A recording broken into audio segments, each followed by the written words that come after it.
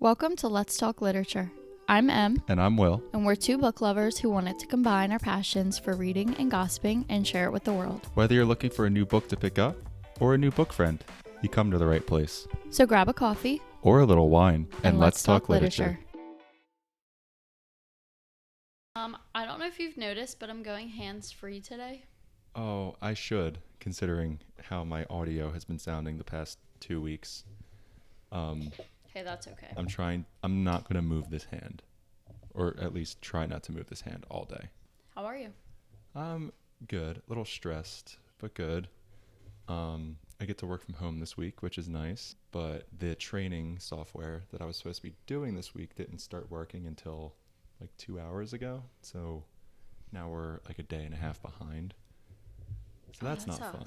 Yeah. So now it's just playing catch up, but like they're still wanting me to finish things when the due date was set, when I had the day and a half to do it. And I'm like, well, there's only 40 hours in the week, babe. Like I'm not getting that done. How about you? How are you doing? I'm doing pretty good. I am about to, after this episode, after we record, I'll be enjoying my last meal until Thursday afternoon. Oh, I thought you just meant ever. I will be dying. I'm getting a colonoscopy on Thursday. Ooh. So all of Wednesday I can't eat, and most of Thursday. So my last meal's tonight. Is it a good one, at least? No, Oh. It's not. It's French toast. That's decent. It's fine. Yeah. You just have to eat like low fiber, and I've been trying to eat light today so that tomorrow's not like horrendous. Yeah. Because I've had bad experiences. This weekend I start working down the shore. So Ooh. Yeah. Let's kick that off for the summer. That's when you know it's summertime. I know it is. May 1st. Yeah, That's when amazing. it all starts. Amazing. Are you excited, or are you not really feeling it? I'm excited. No, I'm excited. I'm excited to work. It's, I don't know if I've ever talked about it on here, but I work at my boyfriend's family's pizza place down the shore. I'm not telling you guys what shore because I'm scared of the internet. That's valid. Completely. But yeah, so I'll be working like waitressing down the shore, just for the weekends for the entire summer. So I'm excited for that. It's a busy time of the year for sure, but I'm excited to, I don't know, be in a busier season, I guess. Yeah, I feel you. That's good. You know, I do have a couple books that I want to say real quick that I finished since our last episode, Right. which was our wrap up, because this month was a little wonky with the timing. I did finish 2 books since then. Nice. I finished The Witch of Colchis by Rosie Hewitt, which is a retelling of Medea. Really good Greek mythology retelling, and the best way I can recommend it is you should read this if you like Taylor Swift's song Who's Afraid of Little Old Me. I just kept thinking that the whole time. Nice. So that's my recommendation for that. And the other one I finished is finally Witchcraft for Wayward Girls. I've been reading that forever. I feel like. Yeah. It was fine. I gave it 3.5 stars. I just don't think I really like Grady Hendrix's writing style that much, because it was either like so hectic or boring. And no in between. Yeah, for me at least. But I know a lot of people really loved that book and they love his writing. So if you like his writing, I'm sure you'll like it. It was an interesting story. But yeah, that's where I stood. 3.5. I did finish Remarkably Bright Creatures by Shelby Van Pelt. Very cute. Very heartwarming. Loved her. 4 stars. Good. I did do a review on my TikTok, so if you're interested, go over there. I'm still reading Never Let Me Go by Kazuo Ishiguro. Little tough to, pick it back up. I'm really enjoying the premise. Don't get me wrong, like that I'm vibing with. There's just something about it that I'm just not getting drawn towards picking it back up. I don't know why. I get that. So kind of struggling through that. I'm hoping to be done that by tomorrow so I can include that in my wrap up on my personal accounts. But if I don't and it's pushed, all good. All good. We're going to get into the new releases in the month of May. So there's a lot. Yeah, Em and I have 2 pretty big lists. So we're just going to name them off. I felt like last month was like we were struggling to find ones that we were really interested in, whereas this month there's a ton that I want to get to. Yeah, completely agree with that. Yeah. So, All right, let's just jump right in. yeah, let's do it. I'm going to start off with the woman that I love to hate, Frida McFadden. We have such a love-hate relationship. I read all of her new releases at this point, and I have so much fun doing it, but I never like the book, so I'm not really sure what's going on there. A rage We'll get bait more into situation? that one day. It kind of is like rage bait. Yeah. Like, I just love to hate it. So we have The Tenant by Frida McFadden. That will be coming out on May 6th. This is the premise. Blake Porter is riding high until he's not. Fired abruptly from his job as a VP of marketing and unable to make the mortgage payments on the new brownstone he shares with his fiancée, he's desperate to make ends meet. Enter Whitney, beautiful, charming, down to earth, and looking for a room to rent. She's exactly what Blake's looking for. Or is she? Because something isn't quite right. The neighbors start treating Blake differently. The smell of decay permeates his home, no matter how hard he scrubs. Strange noises jar him awake in the middle of the night, and soon Blake fears someone knows his darkest secrets. Danger lives right at home, and by the time Blake realizes it, it'll be far too late. The trap is already set. I don't even know how I feel about that, to be honest. No, it's kind of like a bare description. Yeah. You know, it doesn't really leave me, like, excited, but I think just the energy around Frida McFadden is kind of how they market her books. I think she is the selling point, not I think so the too. premise of her books. Didn't she, like, you see her name on a book and it sells, I think. Didn't she just release another book this year? Yes. Does she do that? She does, like, multiple a year. She has an incredibly large backlist. Some may say that's quantity over quality. Well, you got to let me know if you read it, because I will. I probably won't. So, so my first book on my list here is one of my most anticipated for the year, and that is My Friends by Frederick Bachman. We love Frederick Bachman on this podcast. Mm-hmm. He is such an endearing writer. He just knows how to write very human stories with a lot of humor that often lands. It does land. Mm-hmm. There's another one of his books that I want to read, Beartown, which has been recommended to me so many times on social media. So I feel like maybe if I tap into this book for this month, I'll get on a Frederick Bachman kick. This is a literary and contemporary fiction. Release date is May 6th, and page count, 448 pages, so a little dense here. The premise is an unforgettably funny, deeply moving tale of four teenagers whose friendship creates a bond so powerful that it changes a complete stranger's life 25 years later. This group finds refuge from their bruising home lives by spending long summer days on an abandoned pier, telling silly jokes, sharing secrets, and committing small acts of rebellion. So very vague premise, but just seems like it'll be about friendship through the years and how that has impacted people outside their circle. All right, my next one is a romance. I'm doing One Golden Summer by Carly Fortune. I have never read a book by her, but she's super popular, so I thought I'd include it for my romance girlies. So here's the description. Good things happen at the lake. That's what Alice's grandmother says, and it's true. Alice spent just one summer there at a cottage with Nan when she was 17. It's where she took that photo, the one of the three grinning teenagers in a yellow speedboat, the image that changed her life. Now Alice lives behind a lens. As a photographer, she's most comfortable on the sidelines, letting other people shine. Lately, though, she's been itching for something more, and when Nan falls and breaks her hip, oh my god. Sorry, wasn't expecting to see that. Alice comes up with a plan for them both. Another summer in that magical place, Barry's Bay. But as soon as they settle in, their peace is disrupted by the roar of a familiar yellow boat and the man driving it. Charlie Florrick was 19 when Alice took his photo from afar. Now he's all grown up, a shameless flirt who manages to make Nan laugh, and Alice long to be 17 again. When life was simpler, when taking pictures was just for fun. Sun-slanted days and warm nights out on the lake with Charlie are a balm for Alice's soul, but when she looks up and sees his piercing green gaze directly on her, she begins to worry for her heart. Because Alice sees people. That's why she is so good at what she does. But she's never met someone who looks and sees her right back. Sorry, that was a little bit long. No. Sounds like a perfect summer romance, I'd say. I don't know if it's like a priority for me, but no, that sounds definitely cute. sounds interesting. It does sound cute. I feel like anyone who goes by Nan is rich.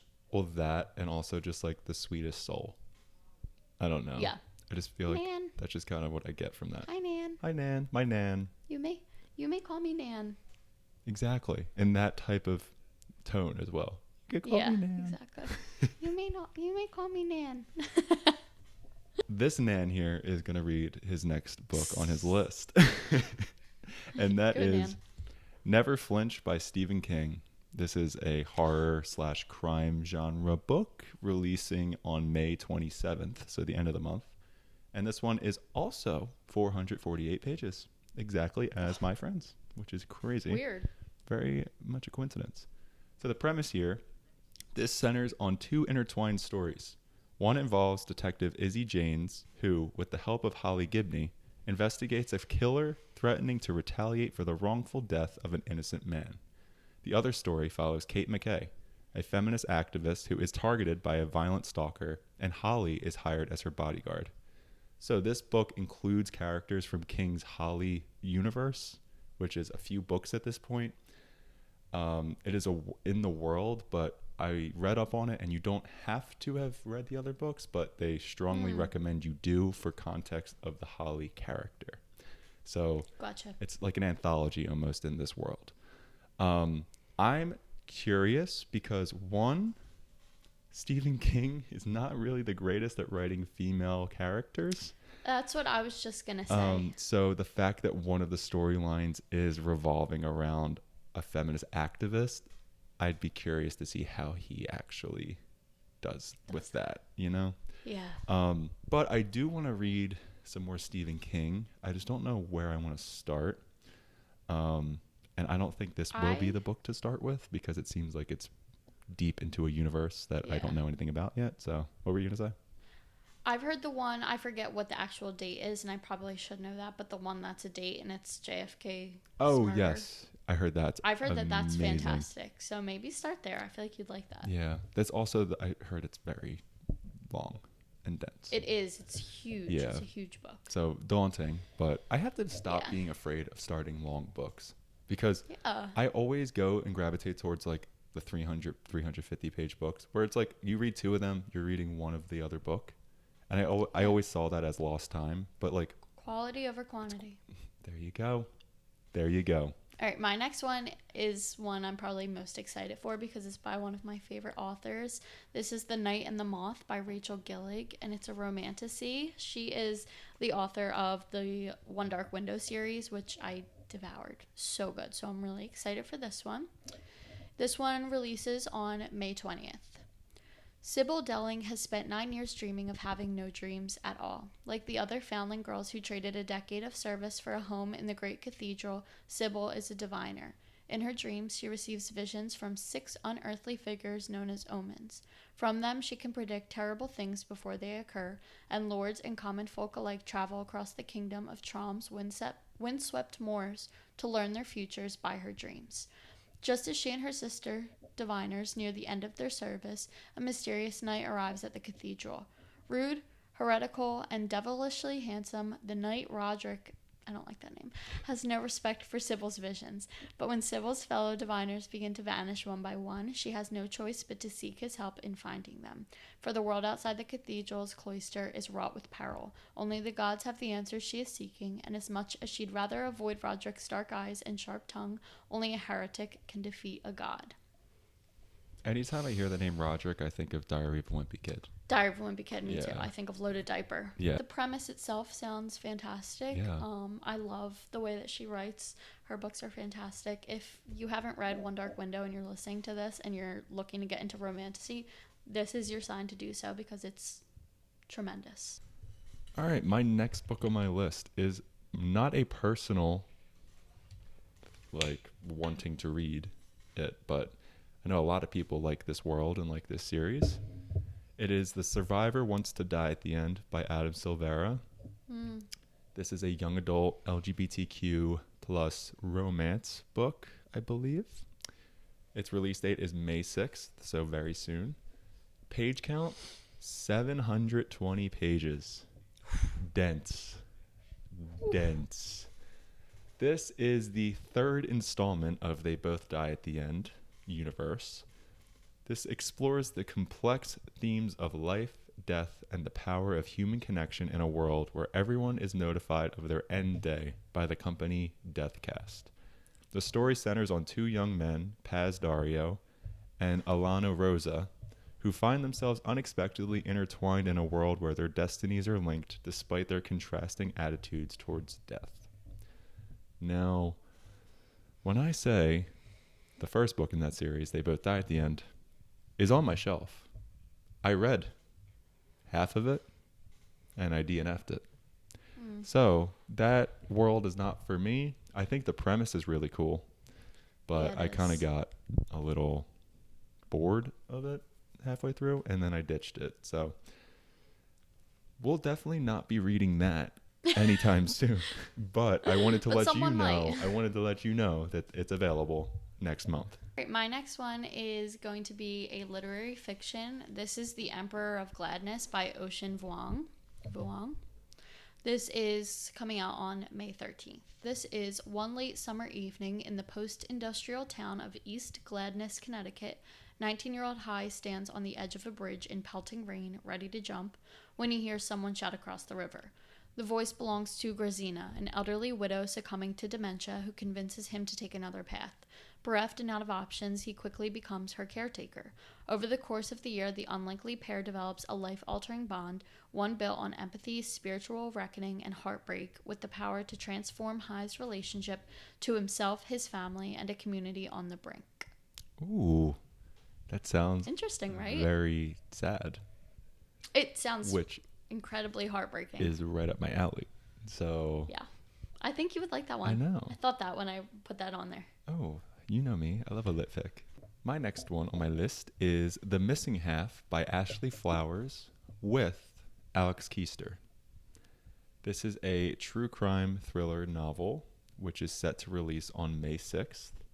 It is 272 pages. And before I get into the premise, the reason I have this book on my list is because Ashley Flowers actually produces a true crime podcast that I listen to. So it seems like That's kind of cool. I know. So it seems like there's two authors to this book, both Ashley and Alex, but her name is like the forefront. I don't know if it's like a marketing thing because people know who Ashley Flowers is or what. But I do enjoy the podcast that she produces. That's called Counterclocks, if you want to go check it out.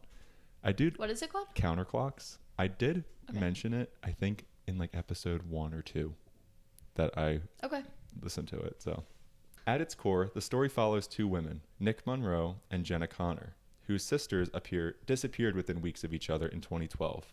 Though their siblings' bodies were never found, the emotional toll on both families has been devastating. And it's really interesting because I'm sure that this story is based on true events, considering Ashley Flowers produces a bunch of true crime podcasts that do so much research into each of the cases that they go into. So I know that this will be very detailed, well-researched. I mean, I'm hoping, but knowing what she's put out with her podcasts, I think that this will be a very interesting, short true crime thriller. So definitely go check that out. I will definitely be checking this out at some point. I just don't know when. All right, my next one is going to be The Memory Collectors by Deep Meserve. This is a speculative mystery, which is an interesting little genre, if you ask me. And this comes out on May 20th. All right, this one's a little bit long, so buckle up. What would you do if you could spend an hour in your past? Four strangers in the beach town of Ventura, California are about to find out. Elizabeth aches for one more precious hour with her son who died in a senseless accident. Andy is desperate to find his first love who vanished after a whirlwind romance. Logan craves the rush of surfing and mountain climbing, yearning to reclaim the freedom he lost after a misstep landed him in a wheelchair. Brooke is looking for an hour of relief from the guilt of an unforgivable mistake.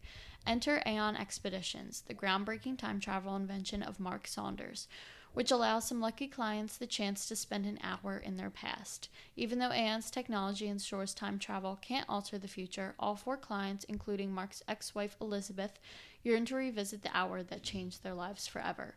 But when their hour extends beyond 60 minutes, they find themselves stranded in the past.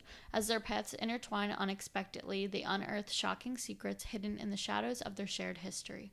All their lives were shattered the same night on a secluded highway by the beach. As they delve into the hidden truths of that pivotal hour, a startling revelation emerges. They were not alone. Someone else was present, harboring deadly intentions. That's very interesting. Isn't it?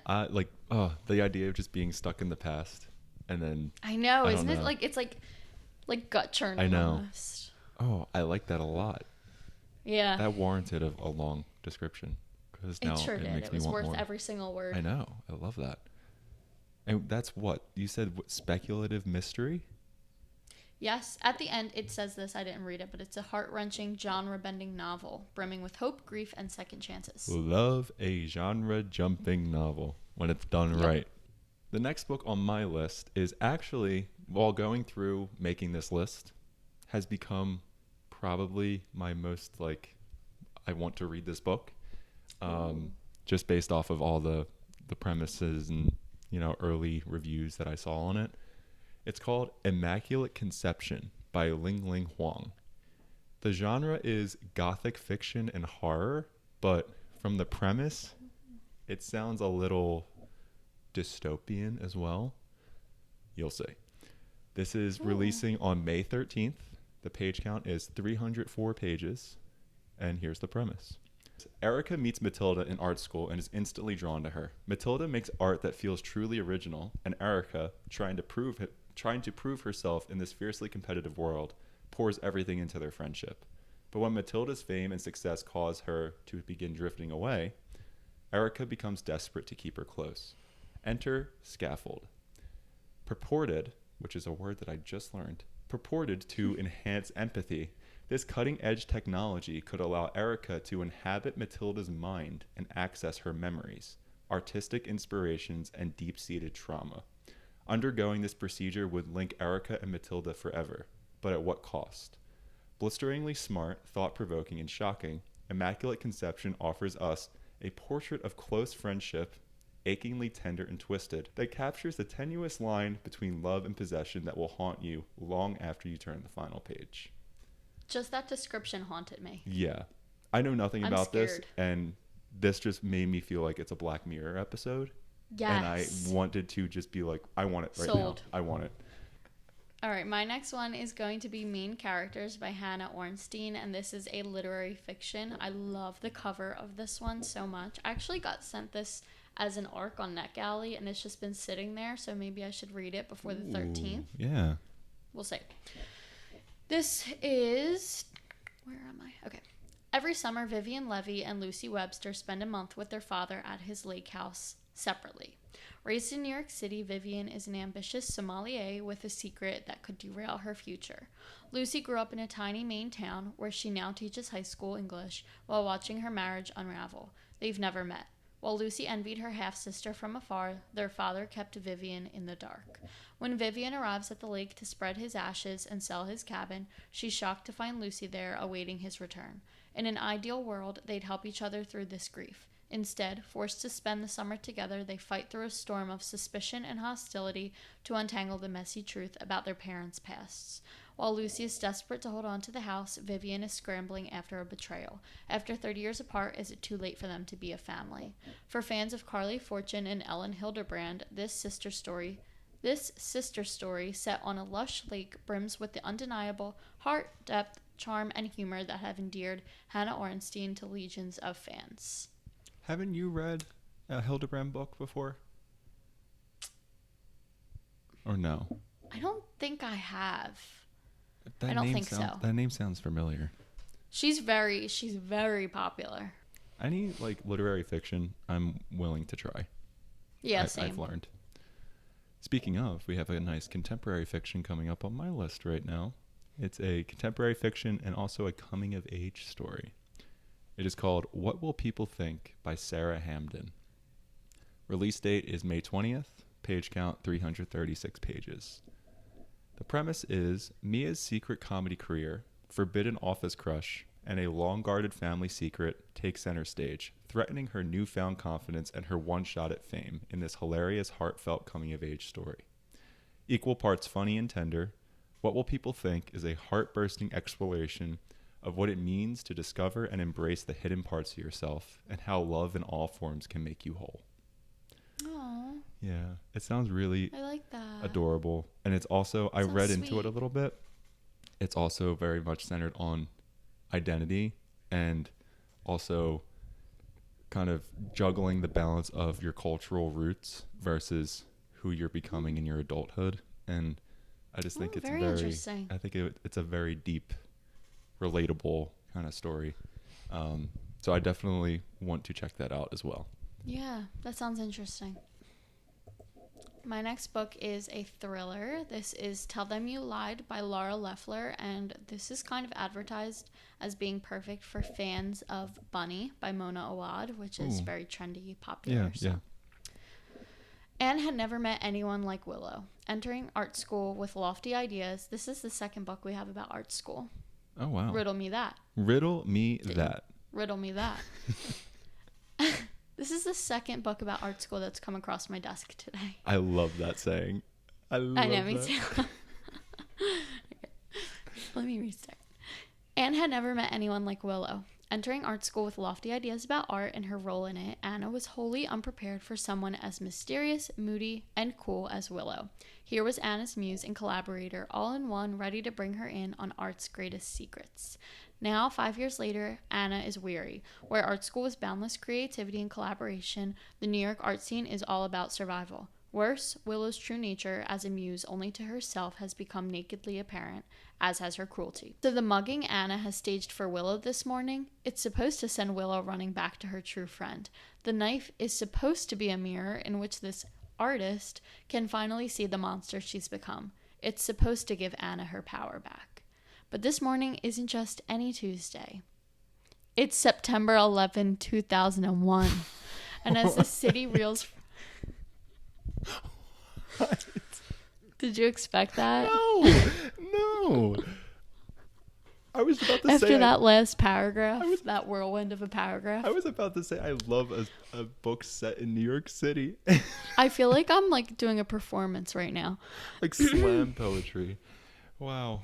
It's September 11th, 2001. And as the city reels from the seismic events that day, Willow never returns home. Anna keeps quiet about the prank and her growing panic that she's to blame for Willow's disappearance. But as the hours and days tick by, Anna begins to question whether she's the mastermind she thought she was or the pawn. Alternating between the friends' art school tenure and their lives in 2001 New York, Tell Them You Lied reveals how difficult the search for answers is when you'd rather have anything but the truth. I might have to read that one just to understand. Yeah, that. that's all over the place. I don't. It's all over the place. So she sets up a fake mugging of her against the friend girl who kind of stopped talking to her. to get her But to it's come back. on. I think it's to like get her to wake up to how she's acting, I guess, because she says that she's cruel. And then, But it's on 9/11 9/11, happens. so I'm not sure. It's kind of like that movie Remember Me with Robert Pattinson, when it's like an entire like heartbreaking movie, and then at the end it's just like randomly 9/11, and you're like, what the hell? What? Yeah, I feel like movies do that sometimes. They do, and you're just like, what? That just randomly centers it around 9/11. Yeah. That's a thriller. Fun fact, that's my boyfriend's birthday. Happy birthday, Zach. Yeah. So. That's a thriller. Yeah. Don't even know how I would categorize that, to be honest. It's a thriller, but it's more so like bunny thriller. So it's kind of like culty vibes, I think, like weird girl thriller, if that makes any sense, and if you guys are picking up what I'm putting down. Okay. Well, I also have a thriller for my next pick. It's a psychological thriller. It's called Parents' Weekend by Alex Finlay. It's releasing on May 6th, and it's around 320 pages. The premise of Parents' Weekend is 5 college students mysteriously disappear during their parents' weekend visit. The story follows the parents, FBI Special Agent Sarah Keller, and the students' own perspectives as they unravel a web of secrets and family dysfunction. The narrative explores themes of parental expectations, family secrets, and the pressures of college life. Oh. I think that's a very interesting premise. Yeah. But I also can see it not being good. I could see it flopping. Yeah. I can just see it being like one of the run-of-the-mill thrillers that just get thrown in the ether of everything. Me too. Because the premise alone, I'm like, okay, I need a little more than that. She's like every other bitch. Exactly. Exactly. Exactly. So, maybe, Okay. and I don't know how that makes it psychological with that premise. Have you ever read anything by him? No, or her? I have not. I'm not sure. I have not, no. Okay. So I don't know why I'm Alright. judging so hard, but That's alright, so am I. Okay, my next one is a contemporary fiction. I also think it's kind of considered historical fiction. This is The Devil Three Times by Ricky Fain, and this comes out on the 13th of May. Yatund awakens aboard a slave ship en route to the United States with the spirit of her dead sister as her only companion. Desperate to survive the hell that awaits her at their destination, Yatund finds help in an unexpected form, the devil himself. The devil, seeking a way to re-enter the pearly gates of heaven, decides to prove himself to an indifferent god by protecting Yatund and granting her a piece of his supernatural power. In return, Yatund makes an incredible sacrifice.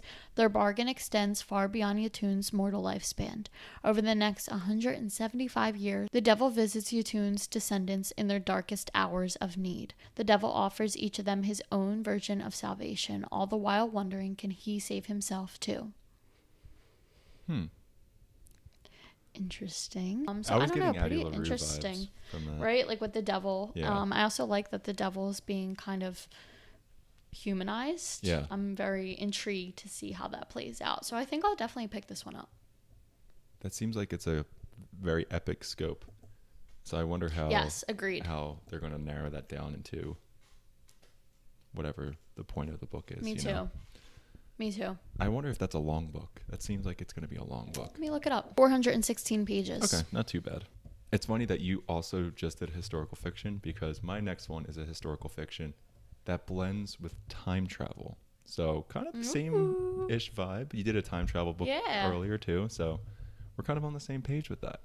Love that. This book is called The Book of Records by Madeline Thean. This is a historical fiction with time travel. Its release date is May 6th, and it's around 368 pages. The premise here is it explores the themes of memory, migration, and the search for identity in a world grappling with displacement and historical trauma.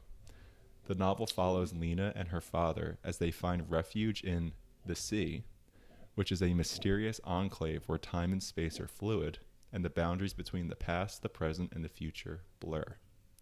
As Lena interacts with her neighbors in the sea, she begins to realize that their stories intertwine, and she confronts her father's past and the family's tragic history while doing so.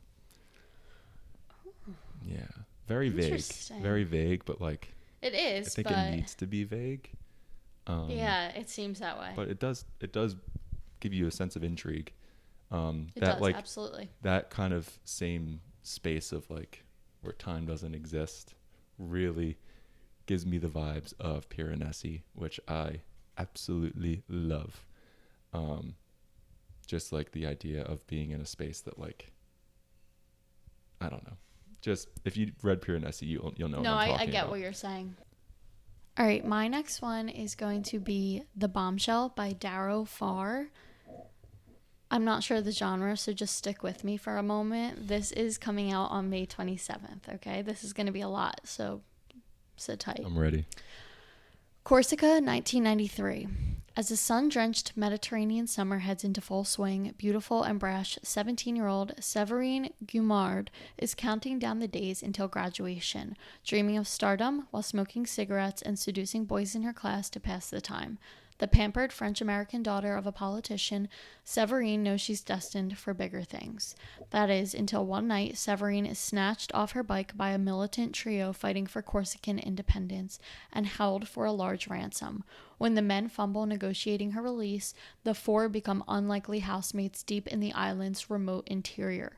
Eager to gain the upper hand, Severine sets out to charm her captors, and soon the handsome intellectual leader Bruno, the gentle university student Tito, and even the gruff, unflappable Petru grow to enjoy the company of their headstrong hostage. As Severine is exposed to the group's politics, they ignite something unexpected within her, and their ideas begin to take root. With her flair for the spotlight and newfound beliefs, Severine becomes the face of their radical movement for a global TV audience. What follows is a summer of passion and terror careening toward an inevitable, explosive conclusion as Severine steps into the biggest role of her life. Okay, Katniss Everdeen? What? Yeah. What? This is, I think, a debut novel, and it's filled with seduction and fervor and explores the wonders and perils of youthful idealism, the combustibility of celebrity, and the sublime force of young love. So basically, it's Stockholm Syndrome. She falls in love with the captors, I think, and then she becomes the face of their movement. Wow.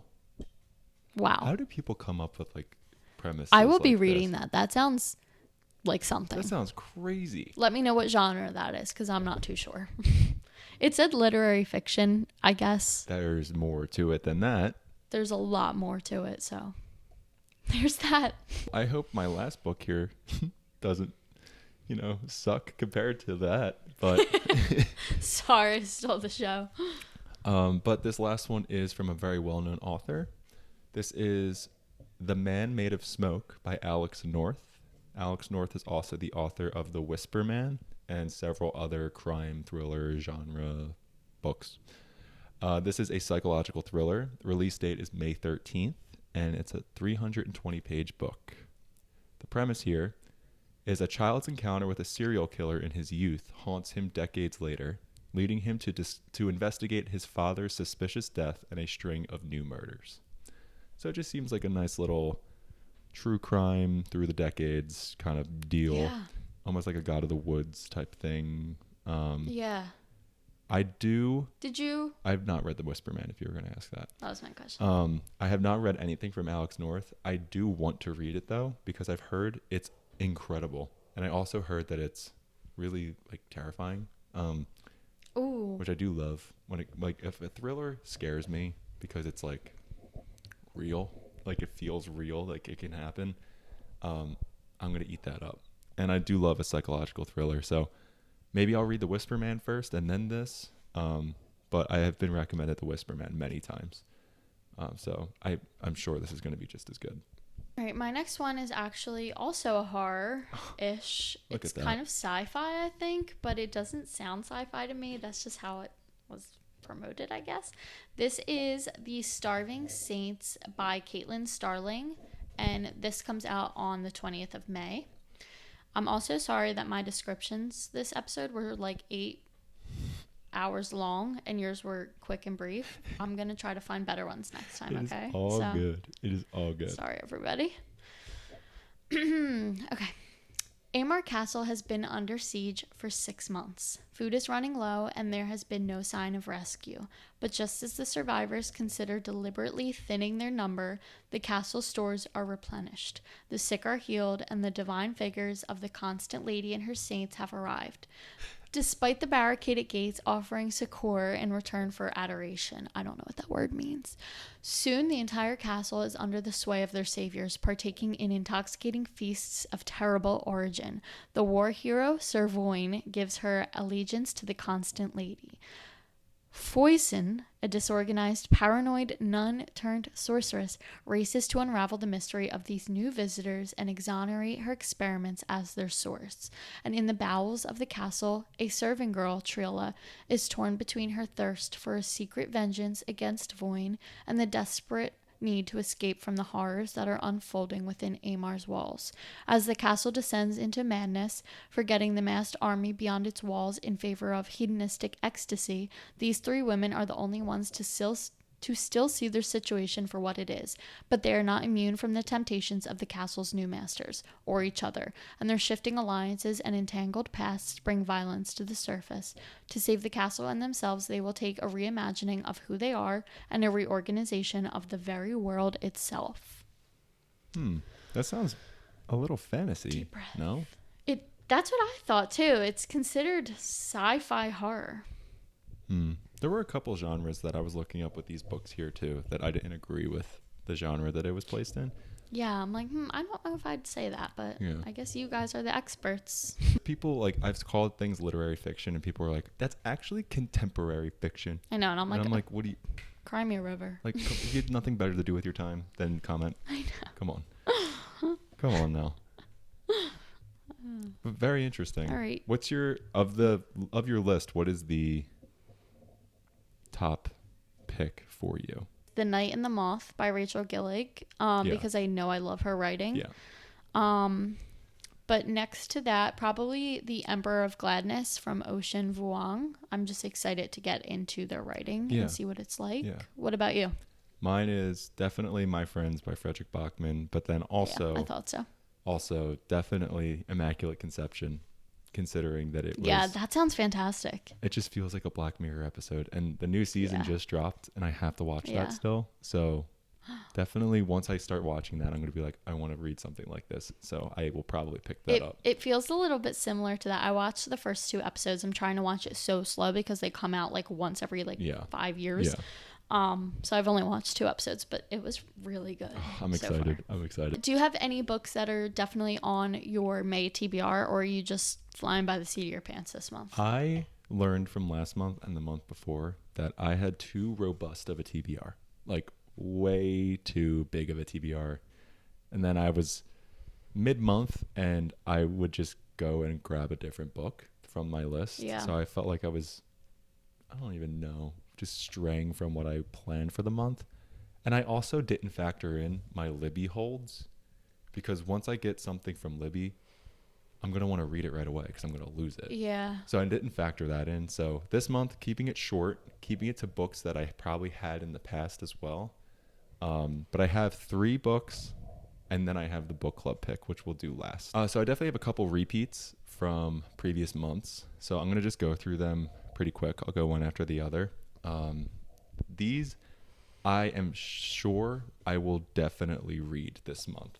Like, I'm trying to have these 4 books be the books of my May wrap up. Because I have them, and the one is my next hold that's going to be available on Libby. So I will have these all available to me. So first is Sunrise on the Reaping by Suzanne Collins. Still haven't read it. I've been in queue for it on Libby, and I have not wanted to buy it because I have a paperback collection. So I didn't want to get the hardcover. So valid. So I'm just waiting for the paperback to buy it, but I have been on Libby hold for weeks. And so now I think it's sitting at 3 weeks left, which usually when you're in getting there. When you're in the 2 to 3 week range with Libby, you could just get it like that, because some people will just download it quick and then get out of there. So I'm expecting it to be here within the next week and a half. That's number 1. Number 2 is Long Bright River by Liz Moore. I did just buy this last month. I was also, because it was on my last month's TBR, I was waiting for it on Libby, and it was too long. So I went and picked it up, and I will definitely be reading this. I just meant to read it last month, and then I got held up with all my other Libby holds, and the rest was history. I'm excited for you. The last one on my personal TBR is Babel by R.F. Kuang. This has been on my shelf for years. I think one of the other episodes I pulled out a receipt because it was in the book still, and it was from like 2 or 3 years ago. I loved Yellowface, and I loved her writing style, and I'm so certain that I will love this book, but it was one of those where the length really just scared me. 3 off. So now that I have in my head, like, who cares about the length? You can go and read a big book. Because I last month had, what was it? All the Colors of the Dark. That's like a 600-page book. I didn't touch it, guys. I did not touch it. So I apologize for that. But yeah, those are the 3 books separate from the book club that I want to read this month, and I think I will. Okay. That's my priority. What about you? I only have 2, besides for the book club, that are on my priority. The first one is Listen for the Lie by Amy Tintera, and I'm going to listen to this as an audiobook while I do my commute back and forth down the shore. I haven't really heard much about it, but I've heard people really liked it, and I've been in the mood for a thriller, so I'm going to try that out. And I'm also going to finally finish up the Stephanie Garber universe of Caraval and finish the Once Upon a Broken Heart spinoff. I didn't even start it, so I don't know why I said finish, but I'm going to read Once Upon a Broken Heart, and then I forget what the second one's called. I don't know. I forget what the second one's called, but it's been on my shelf for so long. I bought the UK editions when I was in Scotland 2 years ago. Oh, so nice. they've been on my shelf for a while, and I think it's because I loved Caraval so much that I like don't want to pick these up because I don't want the world to be done. Right.